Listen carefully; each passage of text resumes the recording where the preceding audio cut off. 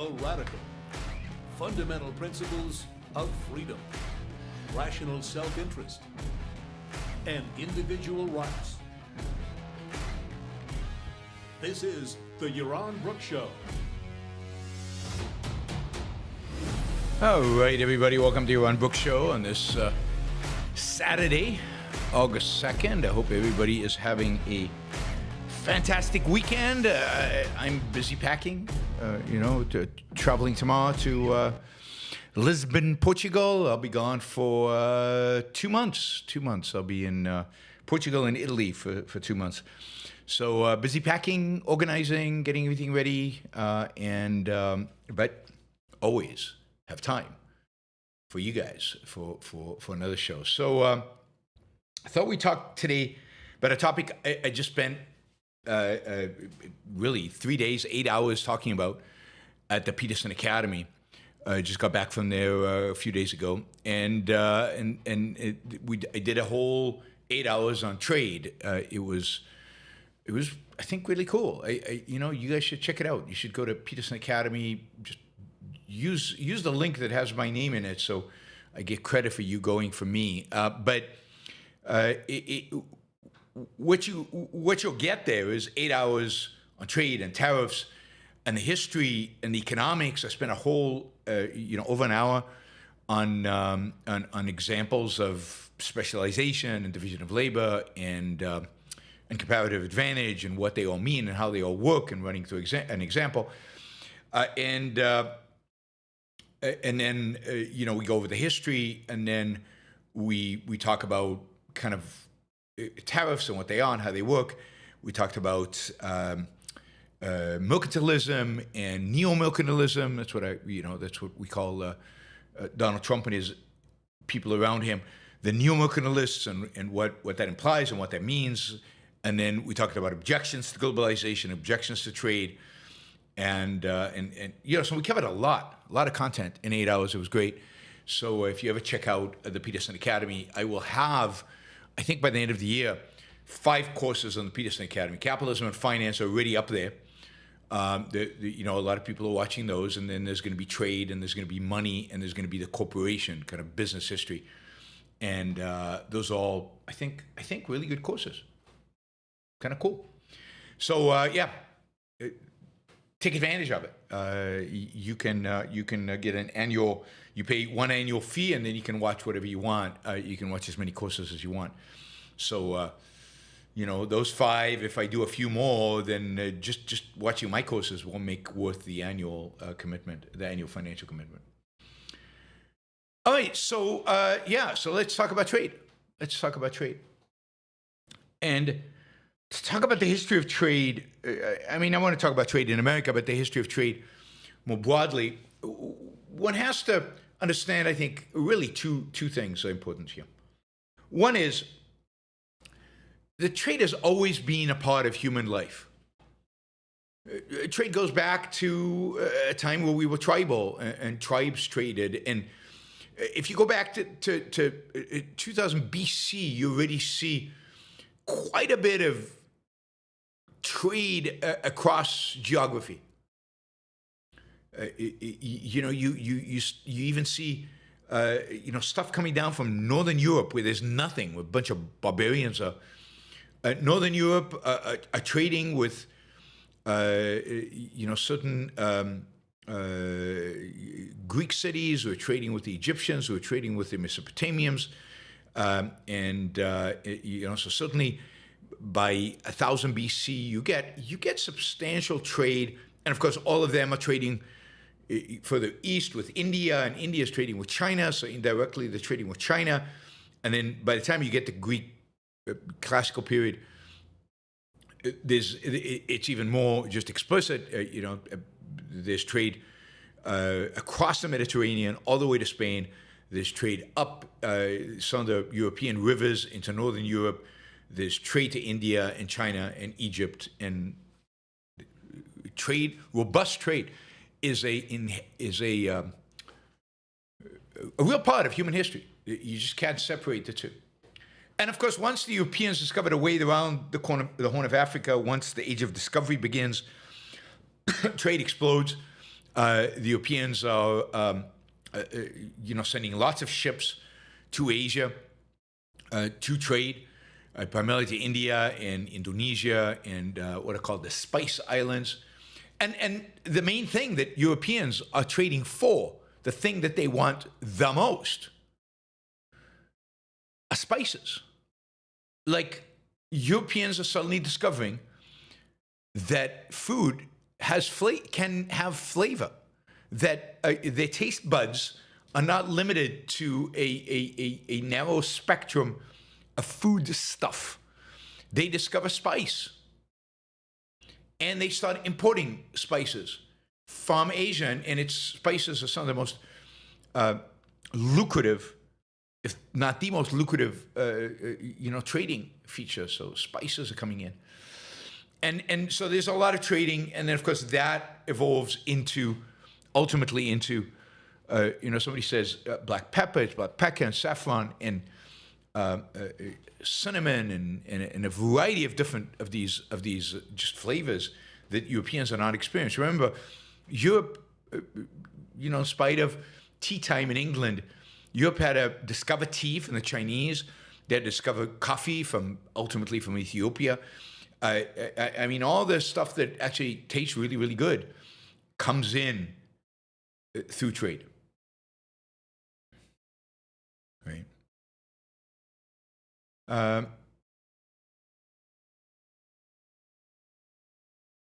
So trade is blowing up.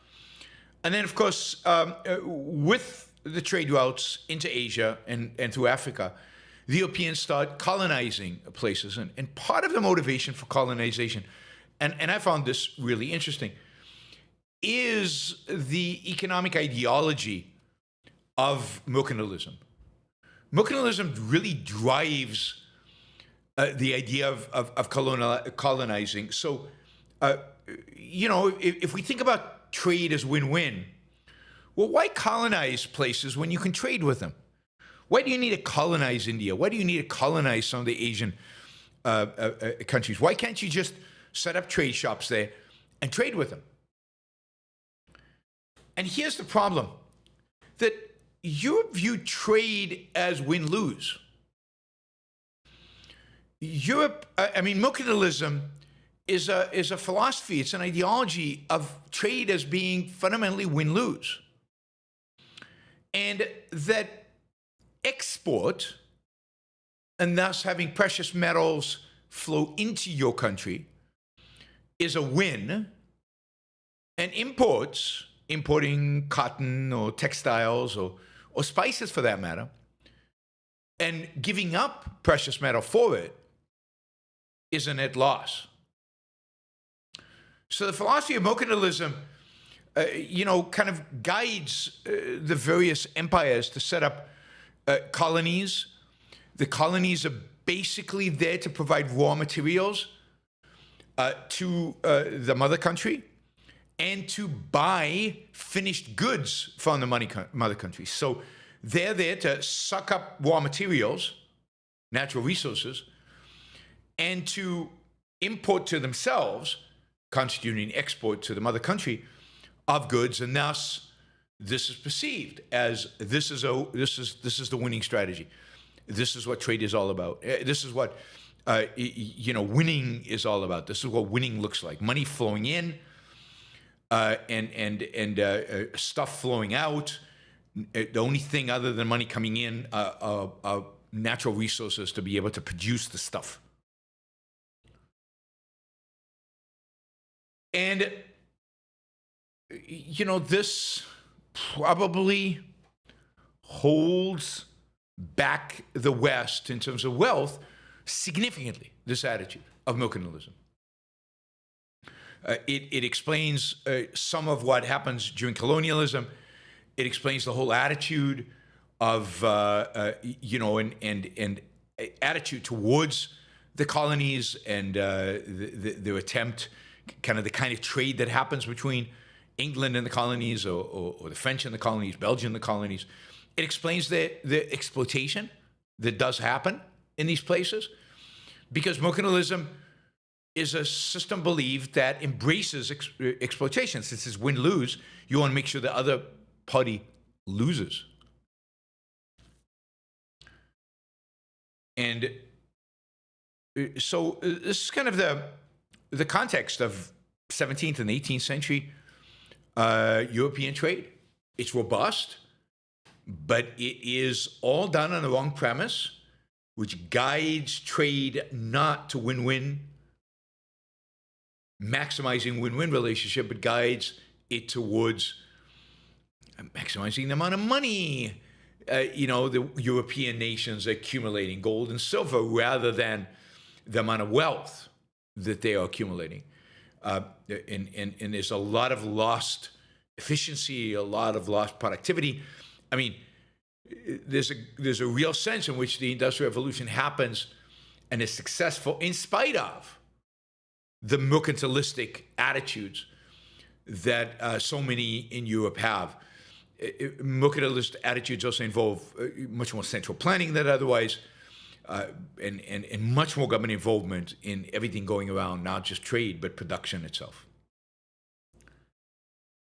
And during this period, there were a number of thinkers, a number of economists, a number of intellectuals are saying, all this is wrong. It just doesn't make any sense. Trade fundamentally is win-win. You guys are getting it all wrong. Mercantilism is wrong. But nobody's really listening. None of them have kind of the weight. None of them have the fleshed out arguments.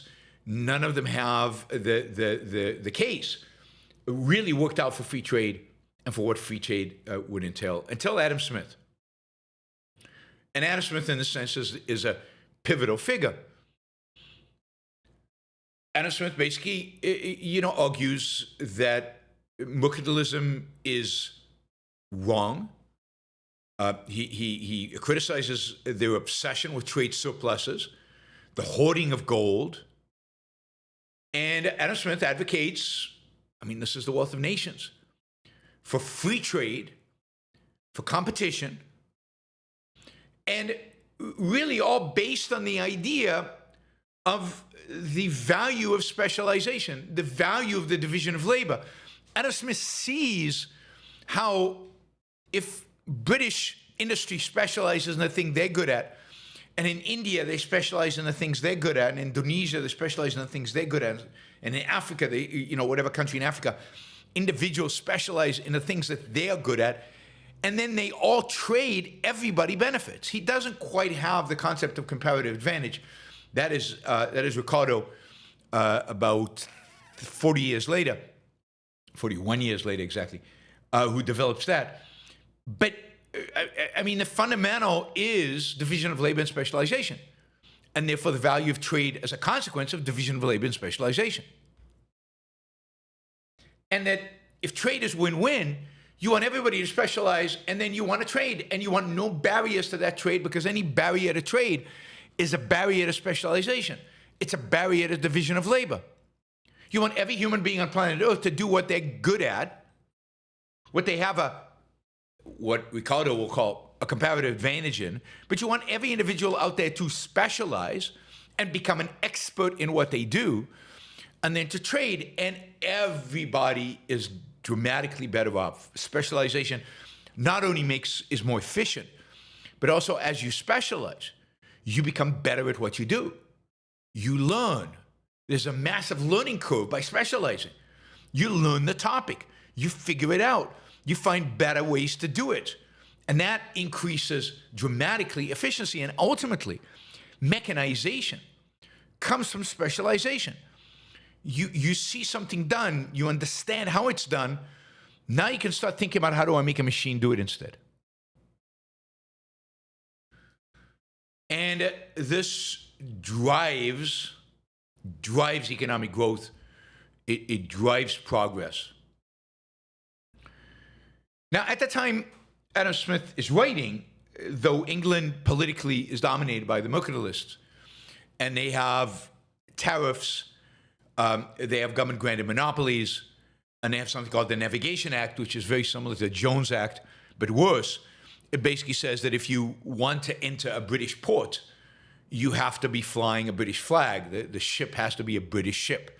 Only Brits can facilitate trade with Britain. In other words, can't have other navies, other ships carrying other flags carry goods into a British port.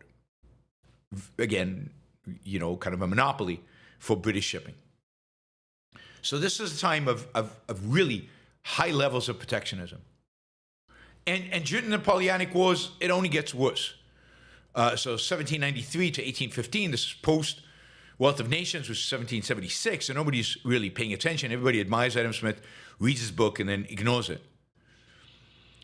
The idea of a war means to the Brits, oh, we need to become self-sufficient, emergency. Sound familiar? So they become even more aggressive in terms of trade barriers. Indeed, at the end of this war, Parliament passes what's called the Corn Laws of 1815. They place a huge tariff on imported grain. And this, of course, is supported by the aristocrats, who are the landowners, who are profiting from artificially high prices because they're not facing any competition from from around the world.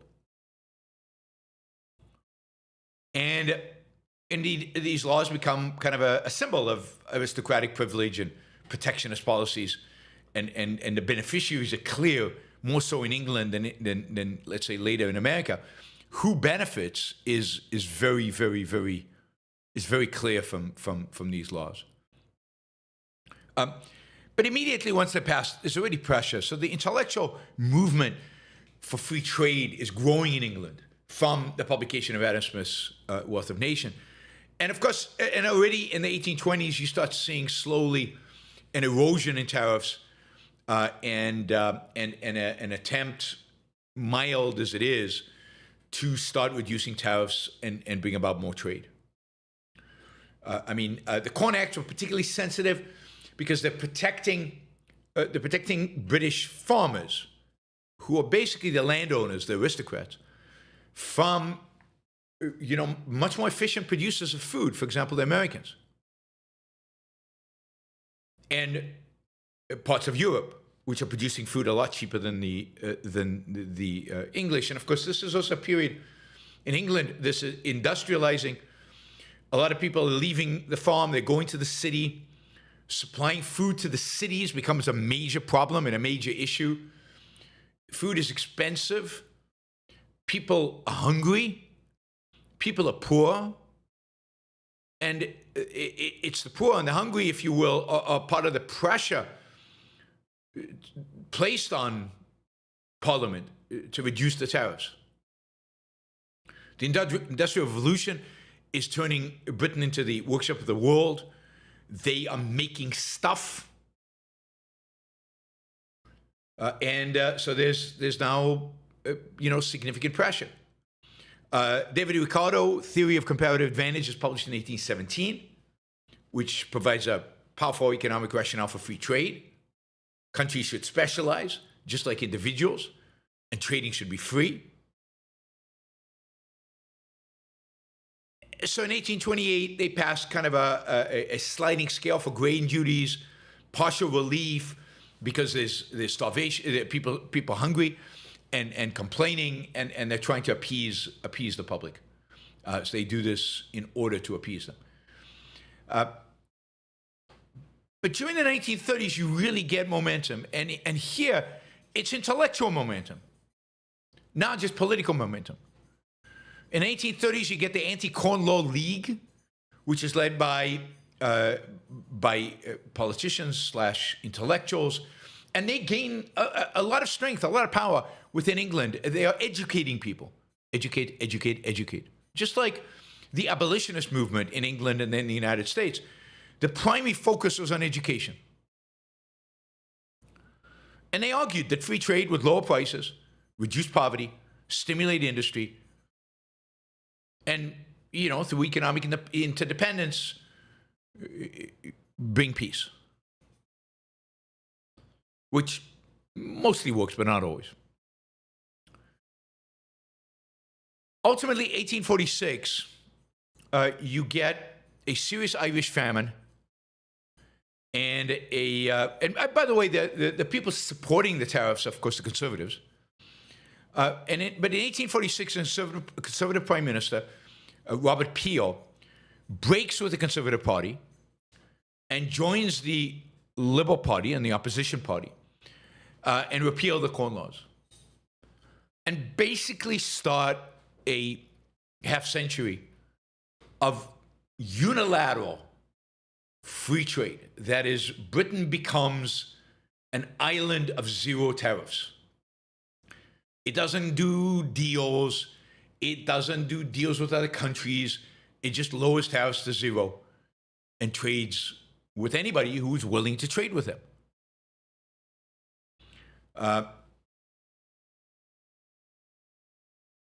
It's from 1846 on, they slowly repeal all the other laws. And in spite of the battle, in spite of the opposition by the aristocrats, this is a real blow to the aristocrats in England. But it's part of kind of the change that British society, British economy is going through as it enters the modern era. And of course, there were a lot of economic nationalists and farmers, but mainly it was the aristocrats who opposed this, supporting the liberalization with the industrialists and manufacturers, the middle class, the new working class, who were relatively poor, but were going to benefit from cheaper food prices. And of course, once the Corn Law is abolished, cheap food just flows into the UK. The United States starts exporting, for example, food to the UK, as do parts of Europe, Ukraine, Russia, where there is fertile ground and they grow food quite cheaply, start importing food into Great Britain. From that point on, Britain phases out all the regulations. So in 1849, they repeal the old Navigation Acts that had required that goods imported into Britain or its colonies had to be transported in British ships. That is repealed. That is huge for international trade. 1854, they repealed the Merchant Ship Act of 1850. They established the Merchant Shipping Act, which cleaned up all other remnants of any kind of restrictions on trade. I mean, really, Britain becomes unilateral, zero tariff, no trade restrictions during this period, and really that continues until World War I. I mean, it is amazing how many good things end in World War I. How many bad things are instituted just before, during World War I. World War I is really a turning point historically against capitalism, away from, and Ayn Rand talked about, there was a different sense of life before World War I. There was a different attitude towards living, and there was a different attitude towards art, and of course towards trade and capitalism. World War I was a monumentally horrific, negative event in human history. It really did turn so much of the population against the values that had, against romanticism in arts and against capitalism and against really liberty. And of course, World War I sets up World War II. It destroys benevolence. It embraces malevolence.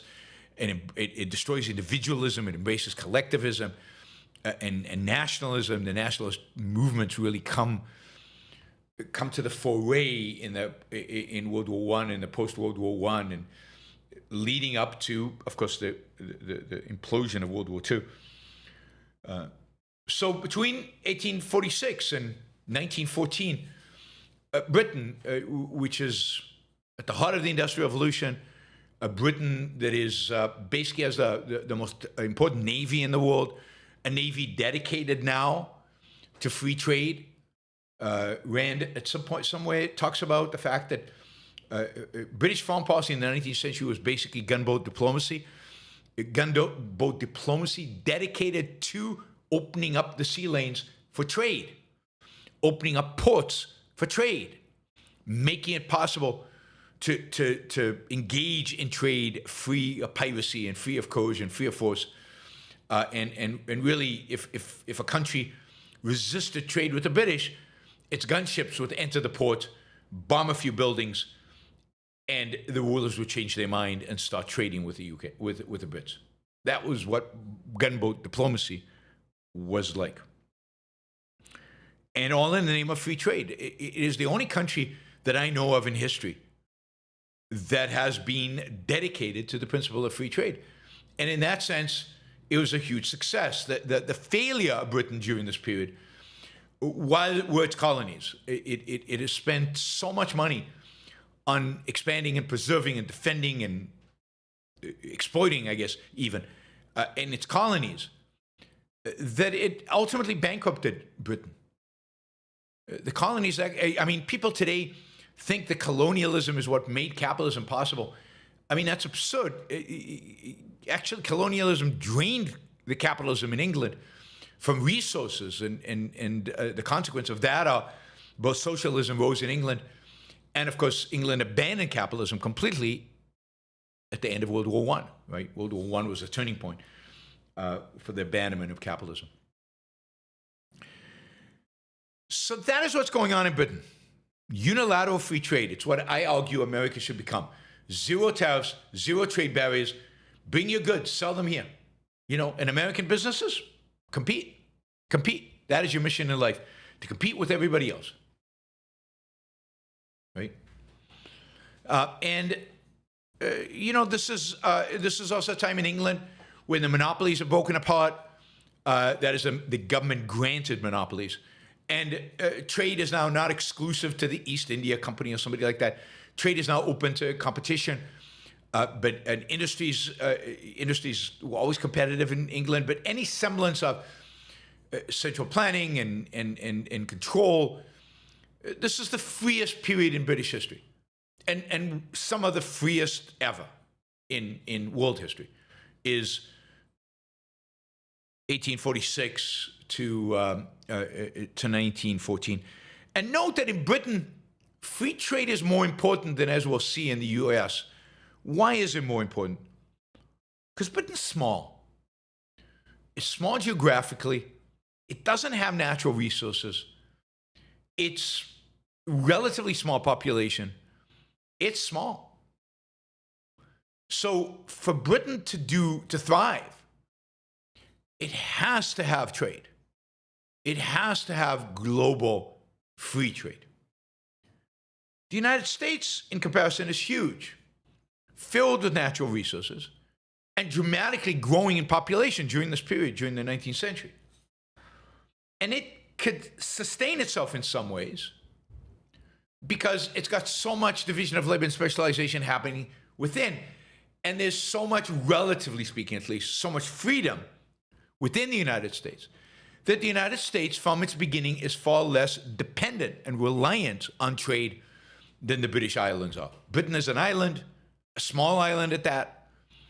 It's not Australia, you know, and it's a small island that's dependent on trading with the rest of the world. So, comparative advantage, division of labor, specialization, even more important in England, in Britain, in Great Britain, than in a big country like the United States. Now, the U.S., free trade, or really the issue of tariffs, is very much wound up in the U.S. with the idea of taxation, particularly at the founding. I mean, there were a lot of voices pre-founding for free trade, and indeed part of the rejection of British control and the British monarchy was a rejection of the British control over trade with the American colony. The Americans didn't see why British was intervening in their ability to trade with whoever they wanted to trade. So from the beginning, you know, the United States is set on a path towards free trade, but they encounter this challenge. This is during the Constitution. They encounter the challenge of, how do we raise revenue for this new government? Where does the revenue come from? And this is a real problem. They, for a variety of reasons, don't want to tax income, partially because it's difficult to collect, it's difficult to identify income. And I think they're opposed to it philosophically. It's like you're taxing work. I think they understood well enough that when you tax something, you get less of it. And this was a country where work was admired and respected, and they didn't want to tax it. They could have imposed a sales tax on consumption. But how do you collect the sales tax? It's very difficult to collect the sales tax because you now have to be present, in a sense, in every transaction that occurs. There are no real accounting systems, sophisticated accounting systems. It's not computerized, obviously. How does the government keep track of what's being bought and what's being sold? It would take too much of an administrative headache to impose something like that. Now, tariffs, import taxes, which is what a tariff is, an import tax, is relatively simple.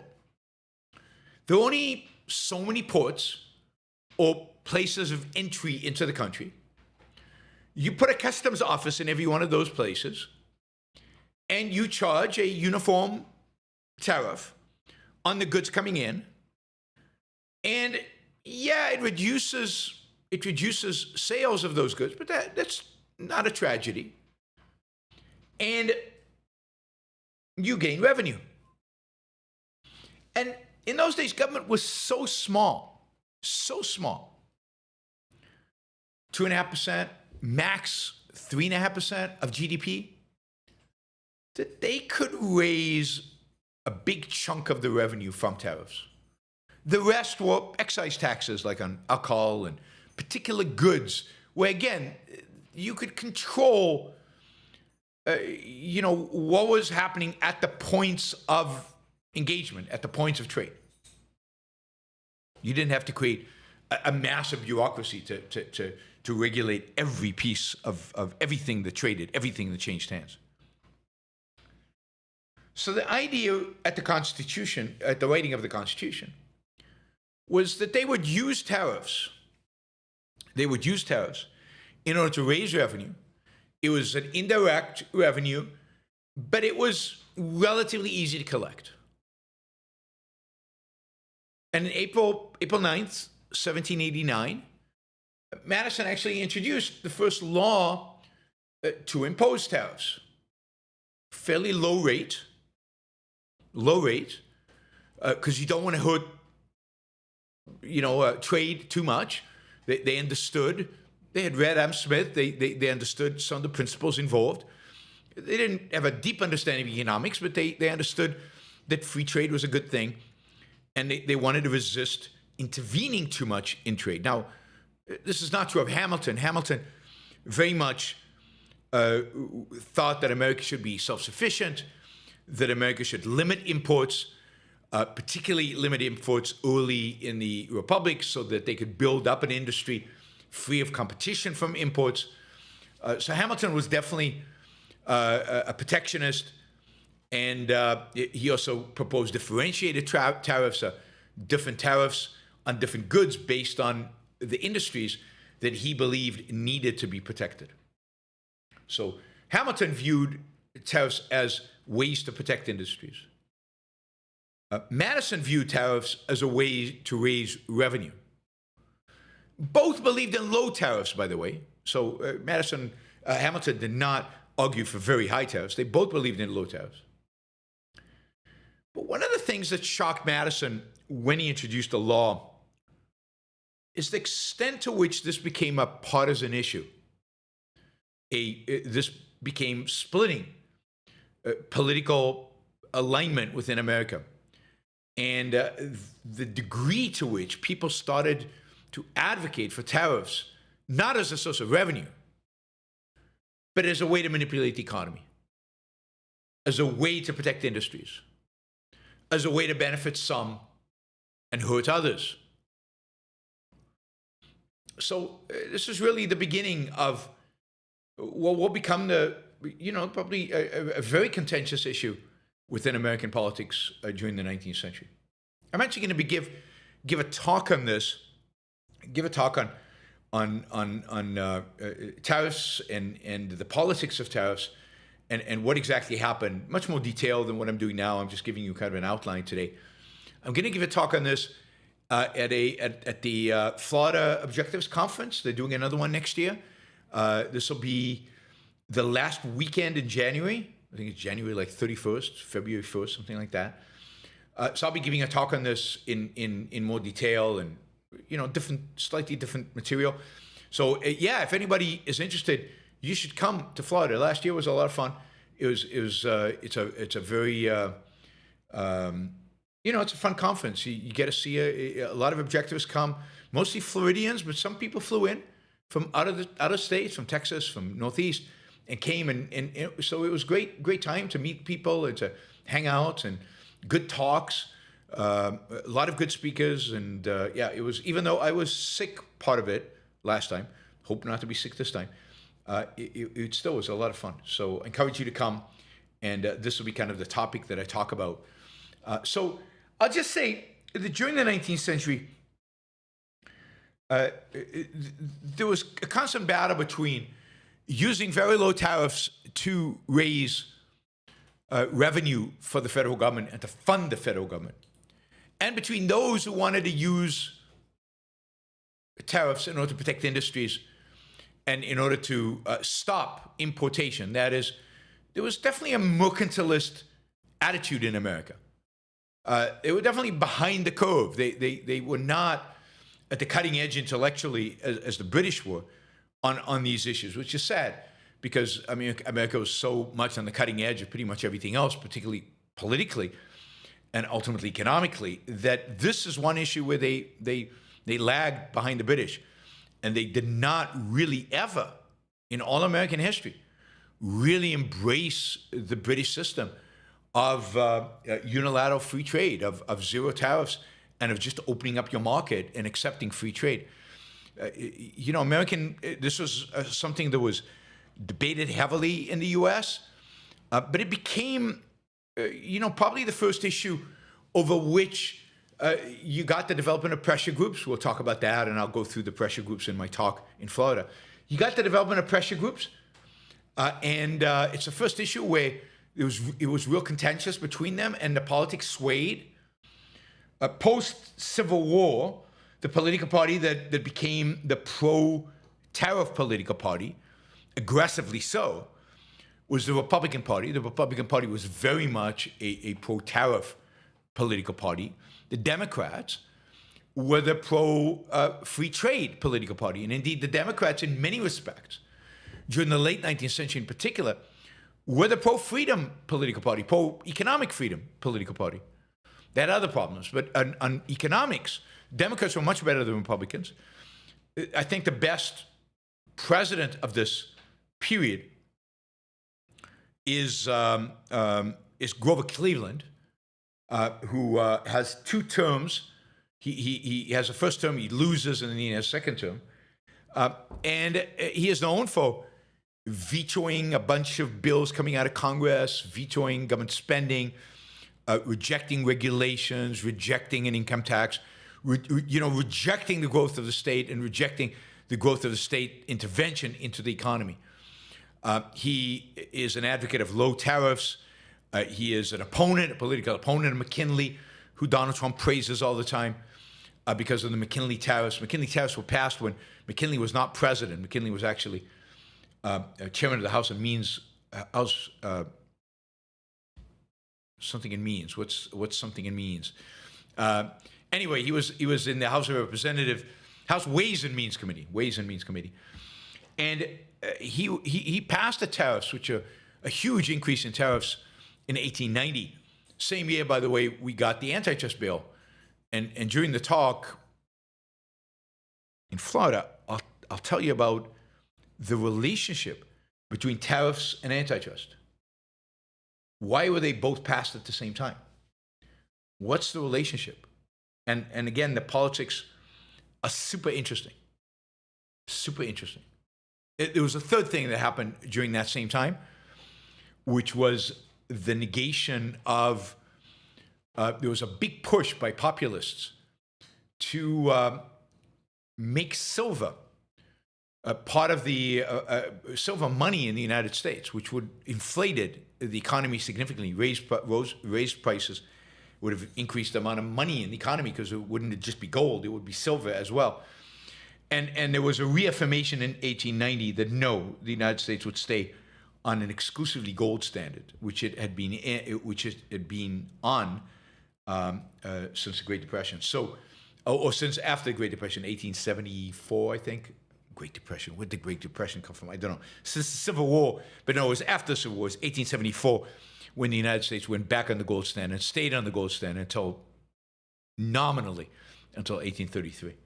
1933. God, I'm misspeaking. Panic or no panic, Grover Cleveland was probably one of the best presidents, maybe economically the best president in American history. So, and he was a Democrat. So throughout the 19th century, the United States had pretty high tariffs. They raised them, and then they'd lower them. Then they'd raise them, and then they'd lower them. Because once they raised them, there would be negative consequences. And the intellectual argument against them was really strong. So it was always, there was a period in which they passed tariffs in 1824 called the Tariffs of Abomination, because they were so hated. Over 60%. It actually led to constitutional crisis. And they were lowered. And then they were raised again in 1842. And then they were lowered in 1846, about the same time as the Corn Acts are repealed. And you actually had 15 years of relative free trade until after the Civil War, you get tariffs again. And then even higher tariffs with the McKinley tariffs of 1890. And then once McKinley becomes president, he doesn't like the tariffs he put in place. And he starts lowering tariffs. He starts cutting deals with other countries. And so tariffs are lowered, although they stay fairly high until 1913. And then, around the First World War, they are lowered. In particular, they're lowered because what happens in 1913? Well, in 1913, income tax. The Constitution is amended to allow an income tax. And what an income tax provides is revenue. And now the revenue excuse, justification for tariffs is gone. You can fund the government with income tax. By the way, do you guys know how high the income tax was when it was first passed? So in 1913, the first income tax law passes. And it is 7%. 7%. But the only people who pay 7%, the only people who pay taxes, income taxes, are people making over $500,000 a year, which in today's money is $13 million. So think about that. Only people making over $13 million are taxed, a tiny fraction of the population. And they're only taxed at 7%. And indeed, as part of passing this income tax law, politicians keep telling people, oh no, we're not going to increase it beyond this. This is as high as it's going to go. We don't need that much revenue. And don't worry, most people will never be taxed. Within 5 years, 1918, the U.S. has entered World War I. The top rate is 77%. And pretty much everybody in the country is paying income taxes. More people paid income tax back then than pay today. And again, top rate is 77%. It's lowered after the war, after 1819 to 50, but it's still over 50%. So much for the promises of politicians, right? All right, just to remind you to use the super chat to ask questions. You can ask questions about anything,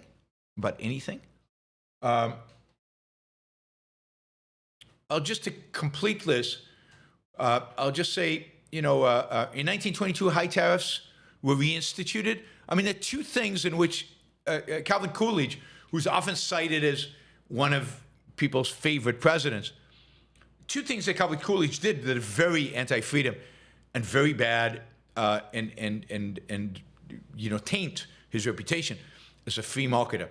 One was reinstating high tariffs in 1922 with the idea of stimulating the economy, which was pretty stupid.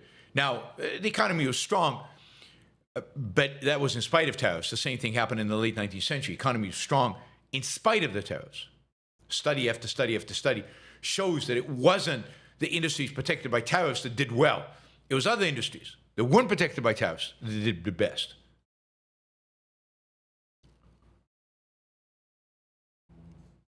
And the second thing he did was, of course, sign the 1924 anti-immigration law, which basically stopped immigration from much of Europe and much of the world. And it's just devastating for the U.S. It was devastating for potential immigrants who could have fled Europe before World War II and got stuck in Europe. Jewish immigration plummeted. Eastern European immigration plummeted. Those are two that Coolidge did that are not market friendly, not freedom friendly. And then, of course, in 1930, Smoot-Hawley, under the Hoover administration, note that both Coolidge and Hoover were Republicans. Under the Hoover administration, raised tariffs significantly. While they didn't cause the Great Depression, clearly made the Great Depression worse. Clearly contributed because they launched a trade war which hurt not just the United States, but many other countries, and made the Great Depression globally a much worse phenomena than it needed to be. One of the interesting facts is that Smoot-Hawley has never been repealed. Smoot-Hawley is still being in place. The way they get around Smoot-Hawley is that in 1934, Congress passed something called the Reciprocal Trade Agreement Act of 1934. And what that act did, this is under a Democrat and a Secretary of State who was very, very pro-trade. What they did was they couldn't repeal Smoot-Hawley.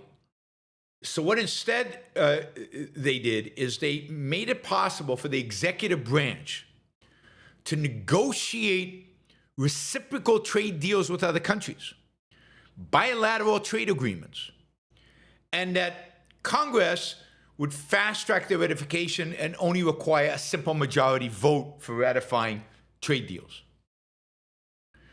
And it placed much more of the responsibility for tariffs on the executive, primarily with the idea that the executive would then go and cut deals. The executive, the assumption is, has the perspective of the good for the entire nation, whereas Congress is rife with fighting between different pressure groups who want different tariffs on different industries in different places, different times, and therefore never actually work towards freedom, whereas the president could. Now, that's backfired on us a little bit with Trump, but that was the intention. So the lowering of tariffs since 1934, really until 2016 with Donald Trump, the lowering of tariff has all happened in a reciprocal trade, whether it's bilateral or multilateral deals that then Congress approves. And you got that through GATT and through the World Trade Organization, all facilitating this reduction in tariffs, again, until Trump. So Smoot-Hawley technically is still on the books, and it's just the rates that have changed vis-a-vis particular countries and particular trade agreements. All right, so that's a quick history of kind of trade tariffs of the United States and Britain. And the bottom line is that the United States has never really had, until never really had, put it this way, the United States has never really had a free trade regime. It's never had, and it's never been committed to real free trade. And whatever commitment it's, the commitment to free trade historically has been that of the Democratic Party, particularly in the post-Civil War era, and has been that of, but even in the pre-Civil War actually, and has been, bipartisan in the post-World War II era, but it's never manifested itself in actually lowering tariffs to zero and eliminating trade barriers. We have tons of trade barriers today, and we have tariffs. They're very low by historical standards, very low, again, until Trump. And it was a bipartisan commitment after World War II to lower them as far as you could. But the United States has never been at the forefront of real free trade, which is sad. Except, again, after World War II, and even then, it was more managed trade than really free trade. The one great era of free trade was in Britain from 1846 to 1913. And it was, and you got free trade in Hong Kong and Singapore. To this day, particularly Singapore, you've got no trade barriers and no tariffs. So wherever it's been tried, it is a huge success. But the reality is that tariffs, particularly in America, don't play a big enough international trade, doesn't play a big enough role in the economy to actually stop real, success, domestic success, given all the other factors that go into economic growth. So the United States grew significantly in the 19th century in spite of tariffs. The United States grew, significantly after World War II in spite of tariffs, because of other factors and because of the size of the United States and because of the resources the United States has. But tariffs have been understood intellectually from an economics perspective, not political perspective, economic perspective. Tariffs have been understood clearly to be bad economically, bad economics. Since the time of Adam Smith, really no real economist has questioned the free trade idea and the idea, including unilateral free trade, unilateral zero tariffs, which is what Britain implemented. That idea has not really been challenged by economists at all. All right. Yeah, I mean, just imagine how richer we would be. Imagine how richer we would be if we didn't have tariffs during the 19th century, or at least if we didn't have tariffs beyond the minimal tariffs required for revenue, and if we'd embraced free trade in the post-World War II period completely, unilaterally, unequivocally. I mean, there were a lot of things like that. Imagine if we didn't have regulations, right? I mean, there was already business regulation in the 19th century. There was a lot of business regulation during the 20th century, post-World War II. And we became the #1 economy in spite of all of that, too. So does that mean regulations are okay? We had horrible tax regimes, like income tax of 77%. And the U.S. economy still grew. Does that mean that those tax regimes didn't hurt the U.S. economy growing? You have to be able to control for those factors and realize that even a little bit of freedom goes a long way. You can see that in China. China got a little bit of freedom, a little bit of economic freedom in the post-1978 period, and it grew a lot.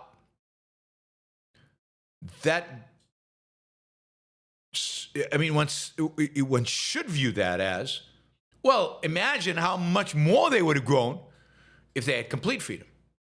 And I think that's true of the United States in spades, even more so.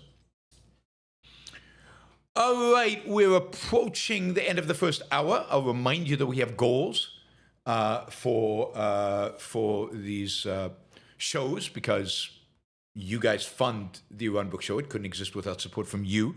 So we have a goal of $250 an hour, and we're about halfway there.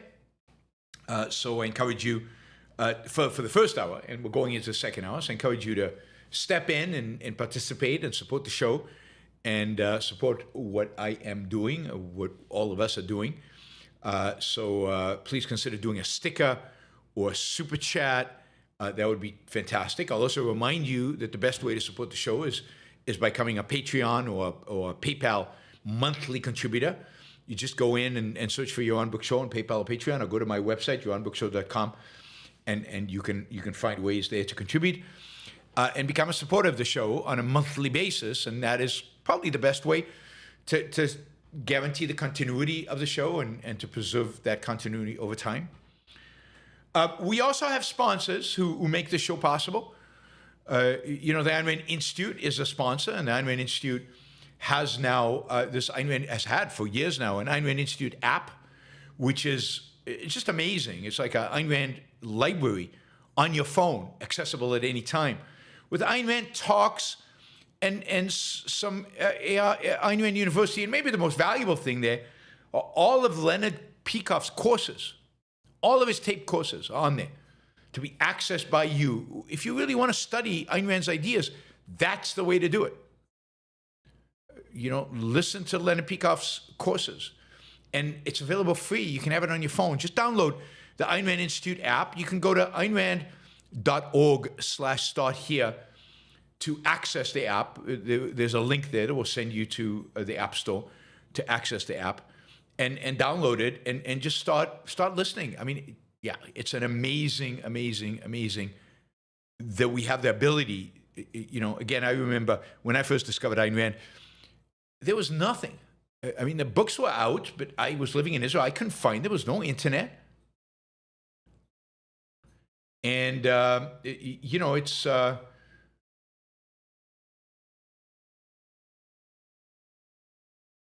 It's amazing now what's just accessible at your fingertips.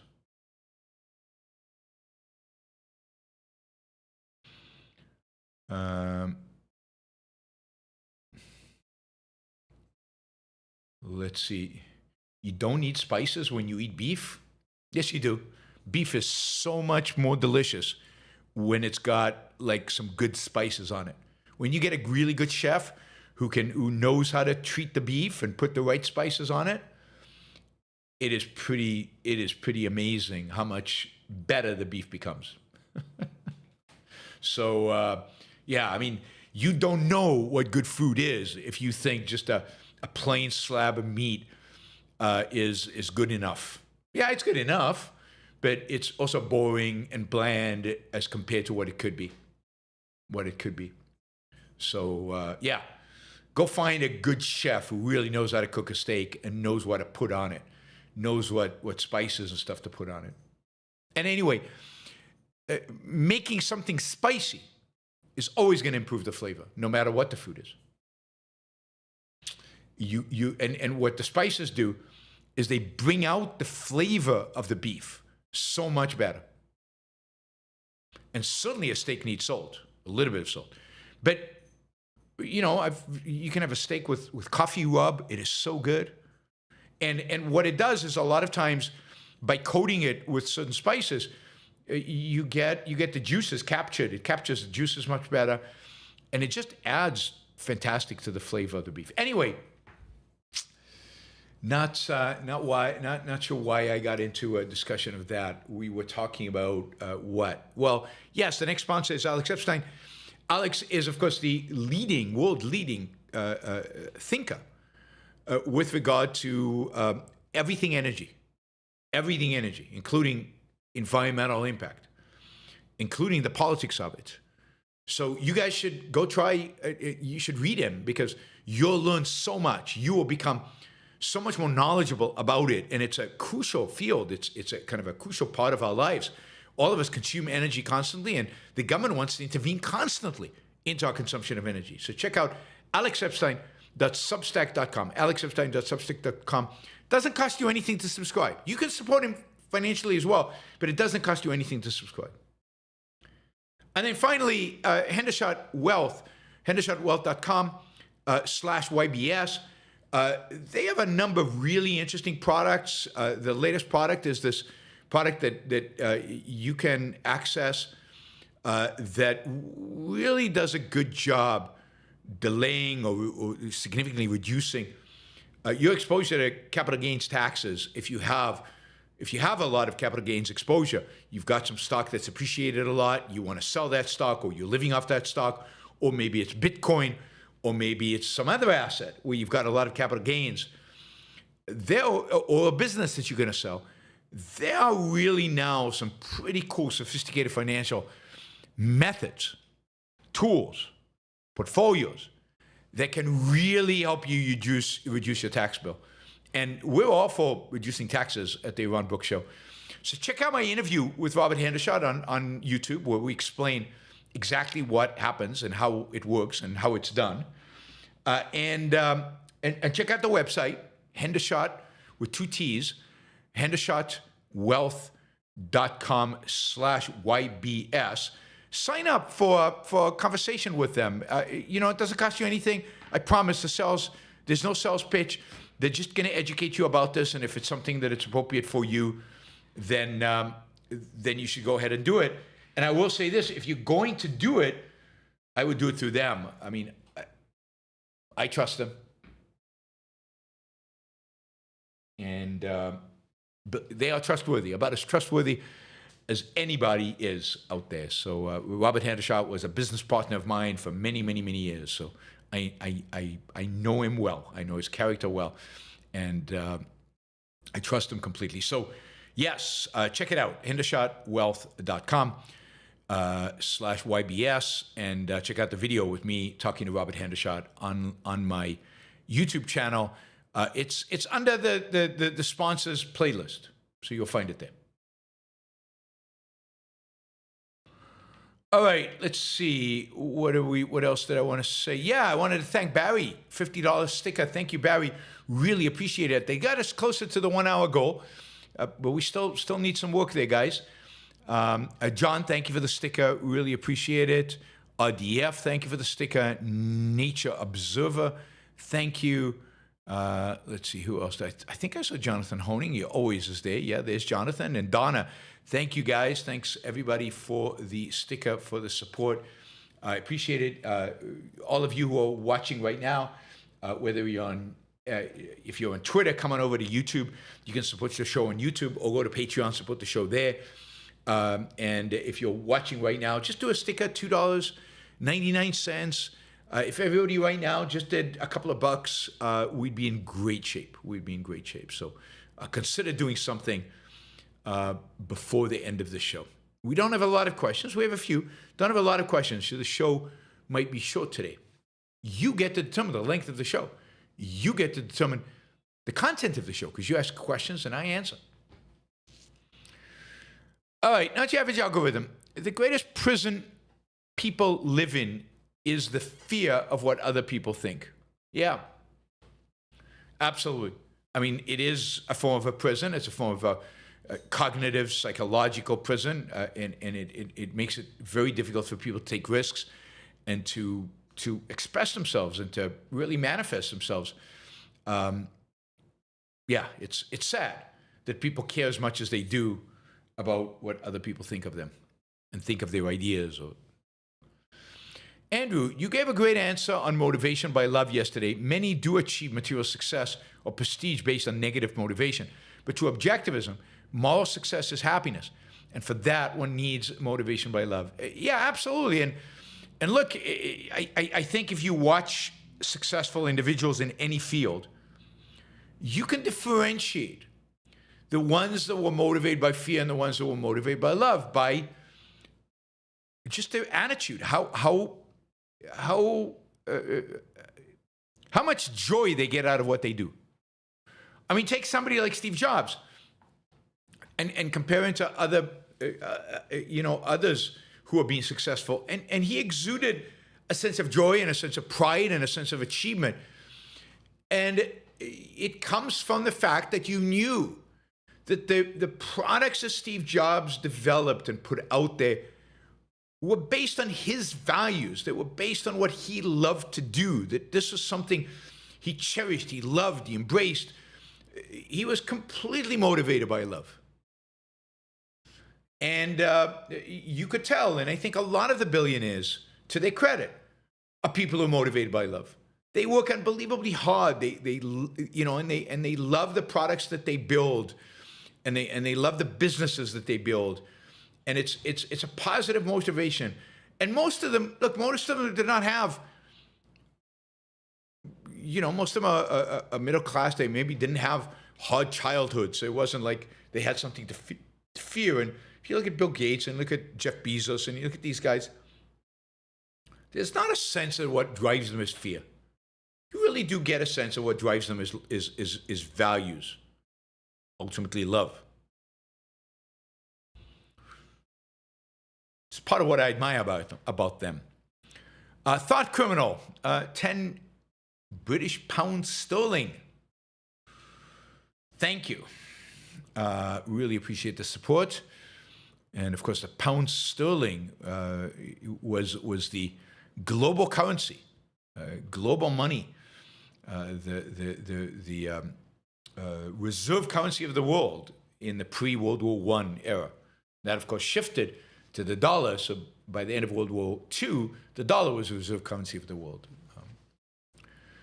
James, if Trump actually loses his mind and orders those nuclear submarines to launch, would his generals and people around Trump stop him? Could humanity end over the whims of a narcissistic man-child with too much power? Yeah, it could. I don't know if who would stop him. I assume they would, because as crazy as J.D. Vance and some of the others, Hegseth and some of the others are around Trump, I don't think they're that crazy. And I think somebody would try to stop him and would make a real effort. But my real worry is that this is the beginning of a slippery slope of tit for tat, of sword rattling that might not lead to war in the short run, but it just create an environment of war that is very, very dangerous and very, very difficult to get out of. Now, there are ways to deal with Russia. I've articulated some of them that do not involve a nuclear threat. All you have to do is, I'd shut down the embassy in Russia. I'd bring my ambassador home. I would, massively arm the Ukrainians. And I would tell Russia that, for now, the United States is completely committed to Article 5 of NATO and will participate if he invades a NATO country. And that's it. That's all you have to do. You don't have to play tit for tat on Twitter. You don't have to comment on every stupid thing Medvedev says. Just cut off diplomatic relations. Reconfirm your dedication to Article 5 of NATO and arm the Ukrainians to the teeth. And just if you arm the Ukrainians to the teeth, you'll achieve much of what you need to achieve. There's no point in this, again, saber rattling. Oh, you want to talk about war? I'll show you war. Very dangerous. Very dangerous. Andrew, some resent the optionality of trade. Their brittle self-esteem can't handle and know. They want to force values on others. But trade and force are opposites. The antagonism to trade is a sign of fertility and fear. I think that's right, but it's more than that. They're afraid of trade. They're afraid of competition. They're afraid of the other. And they really do view the world as zero-sum. So if the other side is gaining by getting our dollars, we might be losing. This is Trump's view. And that induces fear, right? It's all based on fear and induced by fear. And a lot of it is driven, indeed, by a zero-sum mentality, which I think is broader than just trade. A zero-sum mentality, the mentality of everything in life is win or lose, and other people are a threat to me because other people, if they win, then I lose. And so the only way I can get ahead is by winning, which is exploiting other people, causing them to lose. And it just creates a horrible environment in which to live. And I think at the root of a lot of this stuff on trade and fear of competition and fear of the other is a zero-sum mentality, a zero-sum mentality. And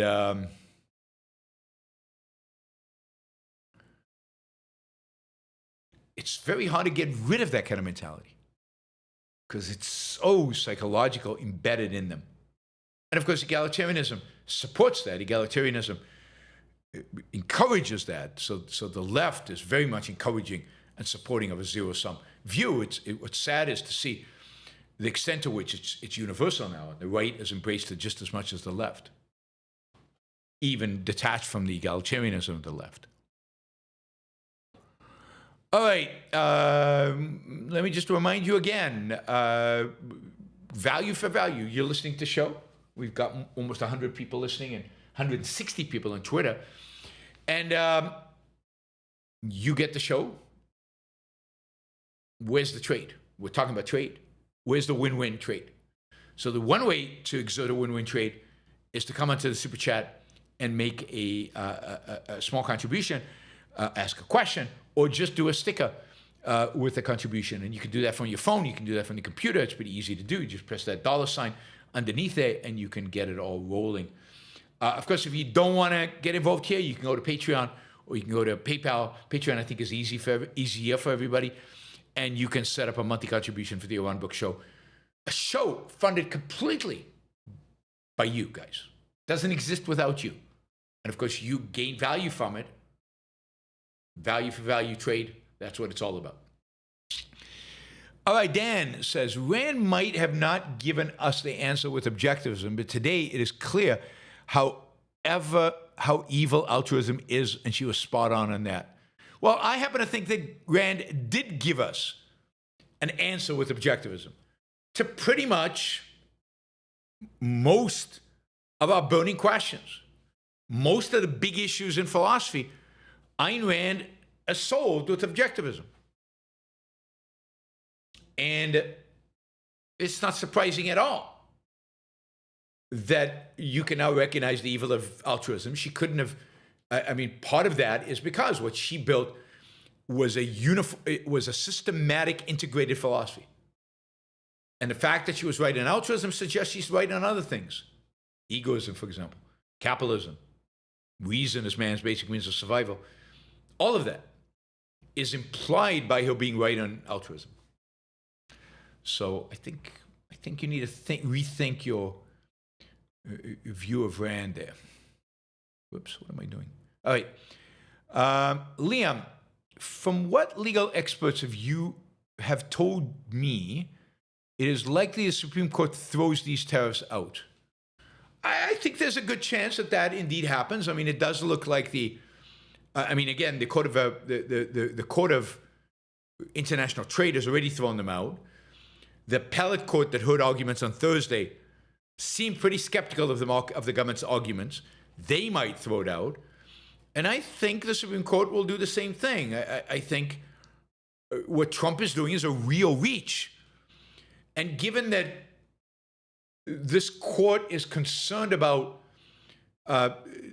division of power, concerned about, for example, regulatory agencies doing things that are not in the law, and therefore have done away with Chevron and have basically changed the way we view regulations, it would be inconsistent of the court not to say the same thing about the executive.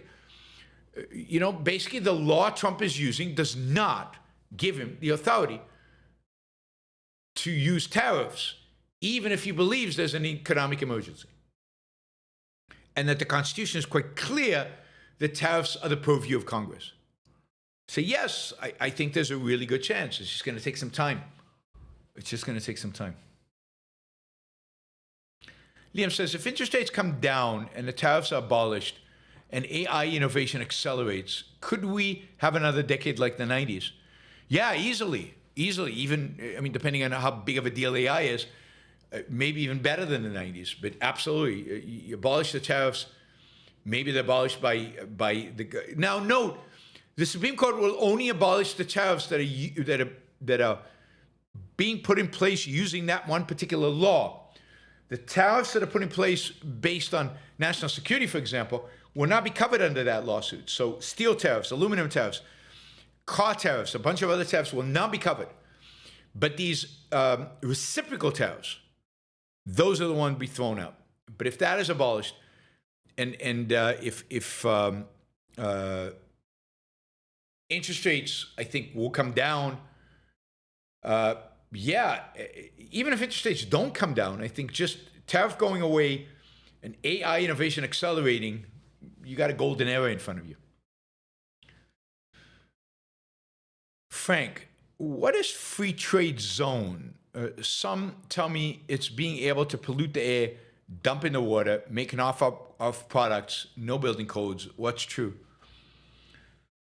I mean, I guess it depends on the exact regulation and the exact place where the free trade zone exists. But free trade zones are basically areas in which companies can produce, and everything they import is not tariffed. So it's an area in which you can bring in raw materials and other things, and not have the tariffs. Now, there's no guarantee that when you sell it, other countries won't impose tariff on it, but it is a unilateral free trade zone. So anything coming in is tariff free. And you see that all over the world. You see Manaus in Brazil has a free trade zone. It's a city in the middle of the Amazon. It's almost impossible to get to this city. And they have massive industry there. And they have massive industry there because it's the only place in Brazil that has a free trade zone. So, a lot of capital came in and they built auto companies, built manufacturing plants and everything else. And the cars coming out of there are really cheap because there are no tariffs placed on them within Brazil. Oh, no tariffs were placed on the stuff coming in to make the cars. And it's a relatively cheap place to live. It always was because it's in the middle of the Amazon. But it's very inefficient. If you do a trade zone, free trade zone, you want to do it like next to a major port. Now, it's true that in some places, because of the local regulations, there's a lot less pollution regulation and there's a lot less building regulation. But that's good. We're against regulations. So you get an opportunity to build cheaply, and you build and to provide people with jobs and to create wealth for the local economy. And create industry where there wasn't any industry before. And it's a win-win-win-win-win for everybody. And nobody has ever industrialized, any country ever industrialized anywhere in the world without polluting. Pollution is a minor cost of getting rich through industrialization. And there's no other way to get rich. Frank, do you think that scene in Dirty Dancing when Bully praises the fountainhead hurt the objectivist movement? Also, was Charles Laughton the best film actor ever? No, I don't think it hurts. I think anytime you get a mention of one of her books in a major media platform, it's a win. Some people are going to be curious. They will go and check it out and maybe buy it, and that's a win. So free publicity is always a win. Is Charles Laughton the best actor ever? Maybe. He's definitely one of the greats. I'm not in a position to say he's the greatest of all time, but Charles Laughton certainly is one of the great actors of all time. No question about that. Jeffrey, thank you for the sticker. Jeffrey got us closer. We still didn't make the goal. So we're like $46 short. Anyway, we're out of questions. So unless somebody quickly asks a question, this is it. I'm not sure if we'll do a show tomorrow. It depends how packing goes, how much time I have. But if not, then probably a show on Tuesday. In afternoon East Coast time. What's the exact time? but I'm getting my office set up on Tuesday in Lisbon, and hopefully I'll be able to do a show out of there on Tuesday. So maybe tomorrow, definitely a show on Tuesday. Have a fantastic weekend. Don't forget to sign up on Patreon to become a supporter of the show. And I will see you all, if not tomorrow, then next